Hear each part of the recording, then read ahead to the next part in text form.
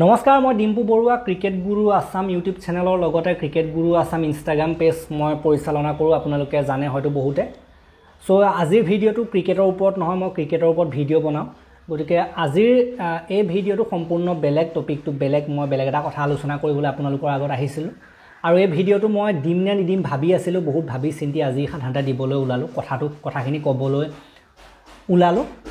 So Zubeen দা এনেকুৱা ধৰণৰ হৈ গ'ল, আপোনালোকে জানেই বহুত নহ'বলগীয়া কথা হৈ গ'ল শেহতীয়া সময়খিনিত, আৰু যাৰ কাৰণে আমি বহুত দিন দুখত আছিলোঁ, এতিয়াও দুখত আছোঁ। সম্পূৰ্ণৰূপে আমাৰ দুখ শেষ হোৱাৰ নাম লোৱা নাই।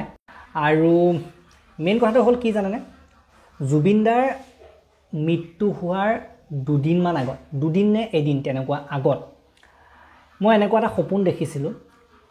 সেইটো সপোন সাধাৰণতে অলপ জুবিন দাৰ এই যিখিনি কথা হৈ গ'ল এইখিনিৰ লগত সাধাৰণতে মিল থকা নিচিনা মই দেখা পালোঁ। কথাটো একেবাৰে মিল নহয়, কিন্তু কিবা এটা যেন সেই সপোনটোৱে মোক সংকেত দিছিলে। মই তেনেকুৱা দেখিবলৈ পাইছোঁ এই ঘটনাটোৰ ক্ষেত্ৰত। চ' সেইটো কাৰণে মই ভাবিলোঁ যে আপোনালোকক কথাখিনি শ্বেয়াৰ কৰিলে ভাল হয়।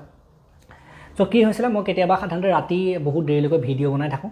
ক্ৰিকেট খেল হ'লে, মেটচ হ'লে, এছিয়া কাপ হৈ আছে, খেলবিলাক হৈ থাকিলে ৰাতি দেৰিলৈকে মই ভিডিঅ' বনাই কেতিয়াবা দিনত শুই থাকিবলগীয়া হয়। দিনত মই কেতিয়াবা শুই যাওঁ, ৰাতি দেৰিলৈকে ভিডিঅ' প্ৰস্তুত কৰিবলগীয়া হয়। গতিকে সেইদিনাও মই সাধাৰণতে তেনেকৈ ৰাতি দেৰিলৈকে 2-3টা বজালৈকে ভিডিঅ' প্ৰস্তুত কৰি দিনৰ সাধাৰণতে অলপ দেৰিলৈকে শুই আছিলোঁ। বেলি ওলালে, দুপৰীয়া হ'ল। আৰু মই তেনেকুৱা অৱস্থাতে সাধাৰণতে এটা সপোন দেখিলোঁ, যিটো সপোনে সাধাৰণতে যেন কিবা ক'ব বিচাৰিছিলে মোক, যিটো সপোনে মোক কিবা এটা সংকেত দিব বিচাৰিছিলে, এটা অশনি সংকেত দিব বিচাৰিছিলে।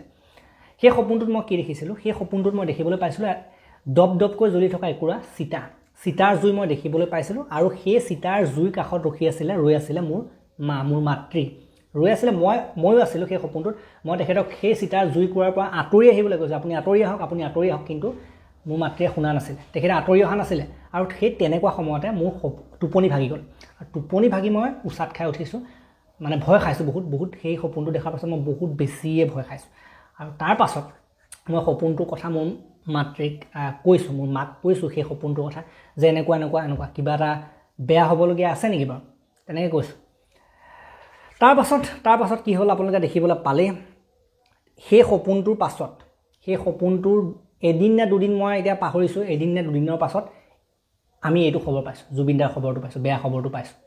গতিকে সেই সপোনটোৰ অৰ্থ, সেই যে জ্বলি থকা চিতাৰ যে জুইকুৰা, এয়াই আছিলে নেকি বাৰু? চ' সেইটো সপোন মই দেখিবলৈ পালোঁ। আৰু সেইখিনি পাছত মই সাধাৰণতে কিছুমান এষ্ট্ৰলজাৰ সাধাৰণতে ইনষ্টাগ্ৰামত আজিকালি বহুত থাকে, এষ্ট্ৰলজাৰ, কাৰ্ড ৰিডাৰ, কিবা কিবি। মই তেওঁলোকক কোনোবা এগৰাকীক তাৰে মেছেজ কৰি মই সাধাৰণতে সুধি চাইছিলোঁ। তেখেতে কৈছে যে এই সময়খিনি ভাল নহয়, তুমি যিটো সপোনত দেখিছা সেইটো মানে মিলি গৈছে, আৰু সেইটোৰ সংকেতটো বহুত অৰ্থ আছে, কাৰণ এই সময়খিনি ভাল নহয় বুলি তেখেতে ক'ব বিচাৰিছে। আৰু তেখেতে কৈছে যে নেক্সট যিমান মাহ আছে, 3 মাহ আছে, গতিকে নেক্সট 3 মাহেই ভাল নহয়। আৰু নেক্সট 3 মাহ, বিশেষকৈ মহিলাসকলৰ বাবে এই নেক্সট 3 মাহটো বহুত বেয়া বুলি তেখেতে কৈছে। যিজন এষ্ট্ৰলজাৰৰ লগত মই কথা পাতিছিলোঁ, আপোনালোকে বিশ্বাস কৰে নকৰে এষ্ট্ৰলজাৰ মই নাজানো, কিন্তু মই সাধাৰণতে বিশ্বাস কৰোঁ অলপ চলপ। গতিকে তেখেতে কৈছে যে নেক্সট 3 মাহ অকণমান বেয়া সময় আছে, নেক্সট 3 মাহ অলপ চম্ভালি অলপ সাৱধানেৰে চলাৰ দৰকাৰ আছে। আৰু তেখেতে কৈছে যে মহিলাসকলৰ কাৰণেও বেয়া সময় আছে, আমাৰ অসমৰ কাৰণেও বেয়া সময় আছে অলপ, তেনেকৈ কৈছে নেক্সট 3 মাহত। বাকী যি কি নহওক, সেই যিটো সপোন, সেই সপোনটো যেন আখৰে ফলোৱাৰ নিচিনা হ'ল।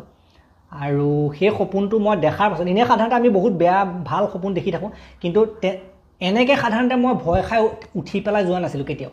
কোনো এটা সপোনত মই বিভিন্ন সপোন দেখোঁ, কিন্তু কেতিয়াও ইমান ভয় খাই, ইমান মানে তেনেকৈ মই উঠি যাবলগীয়া অৱস্থা হোৱা নাছিলে কোনোটো সপোনত। গতিকে তাৰ পাছত এইখিনি হৈছে। গতিকে চিন্তা কৰি চাওঁ। গতিকে আমি দেখা সপোনবোৰৰো কেতিয়াবা কিবা মিল থাকিব পাৰে বাস্তৱ জীৱনৰ লগত। গতিকে সেইটোৱে বুজায়। গতিকে মই আপোনালোকৰ লগত অলপ শ্বেয়াৰ কৰি দিলোঁ। গতিকে এই ভিডিঅ'টো মই ইমানতে সমাপ্ত কৰিলোঁ। ধন্যবাদ।